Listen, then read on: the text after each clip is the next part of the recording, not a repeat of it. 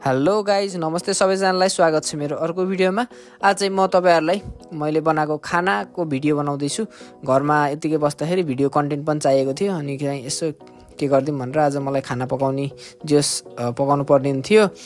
बहिनी चाहिँ बाहिर, मम्मी पनि किचन भित्र जान नहुने, त्यही भएर चाहिँ म आज बनाउन थाले। मैले चाहिँ आज बनाउन थालेको तरकारी हो चाहिँ के भन्छ रे, त्यो प्याजको पात अनि भिन्डी, त्यस हरियो पर्यो। यो टाइममा अलि धेरै कम हुन्छ हरियो पर्यो, त्यही भएर बारीबाट प्याजको पात चाहिँ अनि भिन्डी थियो थोरै, अनि करेला चाहिँ नहालम भनेर भिन्डी बनाएँ।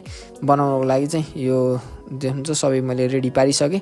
ट्याकटुक काटेर रेडी पारिसकेपछि चाहिँ मैले बसाले दिउरे, अनि दिउरो बसाले सिप तेलसेल हालेर फुराउने कुरा। त्यसपछि हालेँ मैले आलु चाहिँ एकछिन भुटेँ, त्यो जस मसलाहरुसँग के त्यो हालेको फुराउने कुराहरुसँग एकछिन भुटिसकेपछि मैले त्यसलाई छोपिसकेपछि चाहिँ मैले चाहिँ के रे भुटिएपछि चाहिँ प्याज हाल्दिए, हल्का फुल्का प्याजकै तरकारी, पातको तरकारी भयो नि, प्याज हाल्दिए। प्याज हालिसकेपछि चाहिँ एकछिन अझै प्याजलाई रातो बनाउने जेल पकाएँ। अनि त्यसपछि चाहिँ एकछिन भिन्डी पनि भुट्नुपर्छ भन्नुभयो।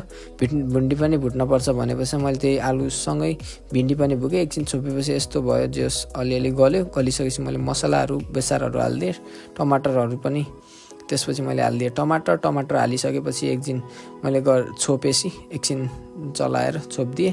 छोपेपछि चाहिँ यता दाल रेडी भएछ, अघि बसालेको दाल चाहिँ रेडी भइसकेपछि मैले अर्को यो त पकाएको तरकारी पनि अर्को भाँडामा खनाएँ। अनि हजुरआमालाई चाख्न दिएको, दामी छ, मिठो छ भन्नुभयो।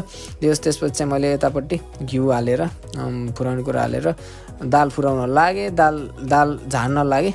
दाल झानिसकेपछि अनि आज पापड पनि बनाऊँ भनेर पापड पनि त्यो पोलेर आगोमा पोल्न लागेँ। त्यसपछि आज चाहिँ लोकल टमाटरको चटनी सिलौटोमा पिसेको धनियाँहरू नि हालेर, धनियाँ लसुन हालेर चट्ट मिठो बनाएँ।